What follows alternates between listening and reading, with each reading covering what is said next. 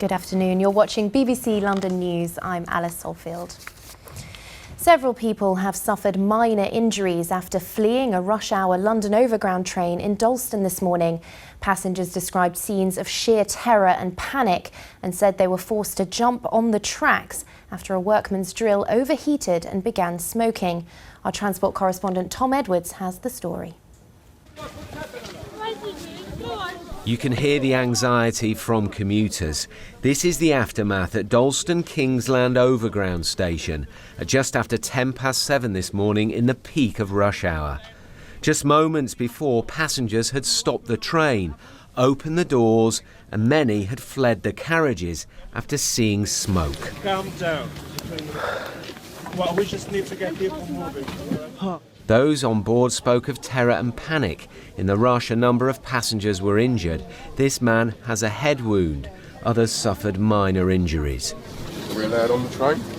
The fire service says a workman travelling on the train was carrying a drill which overheated and started smoking. At the TfL board meeting this morning, it said it will look at publicising evacuation procedures more.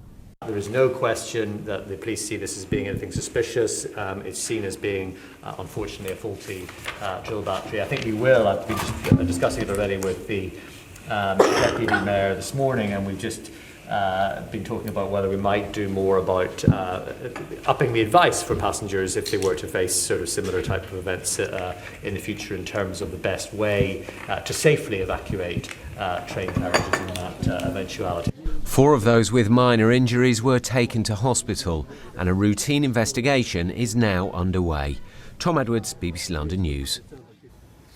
A man has died after crashing into a lorry while being pursued by police in Kempton Park this morning. It happened just before 4:30 on the southbound carriageway of the A316. Police said the car had failed to stop. The police watchdog is appealing for witnesses. The Metropolitan Police has paid out more than £5 million to informants in the past 5 years. Figures obtained by the BBC show that Scotland Yard is the highest payer in the UK. Police chiefs insist using informants is worthwhile and cost-effective, but a former officer told us it doesn't help catch high-level criminals. Now, HS2, the Northern Line tube extension and the Thames Tideway Tunnel. Major infrastructure projects that are fueling a building boom in the capital. A report out today has found that the construction sector here is actually set to grow by nearly 60% over the next 3 years. But with a large number of workers coming from the European Union, there's uncertainty over how Brexit could affect the capital's ability to get this work done. Alex Bushell has more. Yes, you join me on site here at this construction site. It's in the Nine Elms area. It's a construction site by Fabrica Mount Anvil. About 470 homes are being built here. 40% of them are affordable. It shows you that there is still optimism in the construction sector. Someone who's equally optimistic is Connor, one of the graduates here. Let's have a quick walk as we have a look around the site. Connor, you are a graduate. Why are you optimistic that the construction sector is the industry for you when there has been so much doom and gloom? Well, I believe if more people follow Mount Anvil's path of investing in young people with the Skills Academy and being proactive and not waiting for the uncertainties, then I think the future will be really good. OK, well, I'll leave you to go back to work, Connor. On terms of uncertainty, there is nothing more uncertain than the effects of Brexit. Let's speak now to an industry expert, Gillian. Brexit was sold to us by many as being really economically difficult for the construction sector. It's not the case. At the moment, construction is holding up very well despite the uncertainty of Brexit. We're going to expect to see 2.4% growth in each of the next 5 years.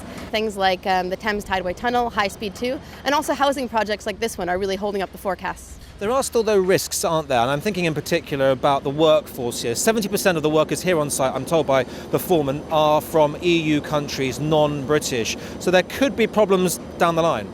It's so early to say what the workforce will look like post-Brexit. That's why it's really important that companies train up their workers now and start to think about their workforce needs. Okay, Gillian, I'll leave it there. Thank you very much for joining me this lunchtime. Just remains for me to say that really is the message, that yes, Brexit is causing no real problems at the moment. There is optimism in the sector, but they are saying do what you can to ensure against the possible future adverse effects.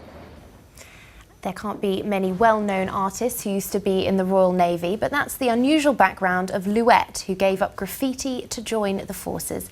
He's since returned to his true passion and, having displayed his pieces at the Houses of Parliament, now exhibits his latest work at a central London hotel. Our arts correspondent Brenda Amanis reports.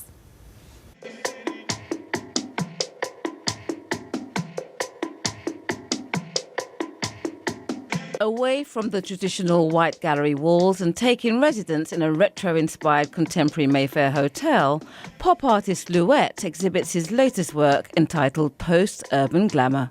Quite a coup having the liberty of a really plush hotel to exhibit your work. Yeah, no, it's great. I mean, it comes down to being able to show your work in lots of different places, and to be able to show it in 45 is great. But yeah, it just sort of takes you out of your kind of comfort gallery zone as well, to be able to show artwork in different settings.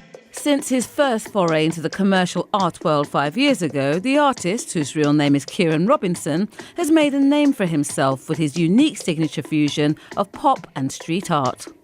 Before committing to your art, you spent a significant time in the Navy. How did that influence your work? It did have a big impact. I think being exposed to all these different kind of cultures and things as well has really kind of influenced my work. And also, I think, you know, having that kind of military work ethic has helped me as well, because it's, you know, people liked the idea of it being quite a bohemian lifestyle as an artist, but actually it's quite a lot of hard work.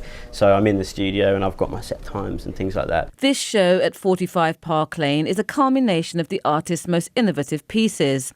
It's his ambition to showcase his work in eclectic spaces, and he's exhibited at the Houses of Parliament. Louet is also involved in a community project with residents and young people on the Angeltown estate in Brixton. I grew up in not a dissimilar kind of environment, so I thought there might be a bit of commonality between me and where I've come from to some of the kids that were in the estate. And yeah, we just sort of we set up a big workshop, and we went through some of the techniques and sort of shared some ideas and things, and how I've got from A to B within my career. So from Parliament to Park Lane with Brixton in between, where else would this pop artist like to pop up in the capital? Tough question. Ooh, where would it be good? Tate Modern would be pretty cool, right? But yeah, I mean, again, it comes down to that mixture. I like to be able to show in lots of different places, so just a good myriad of different things I think I'd be happy with. Brenda Amanis, BBC London News.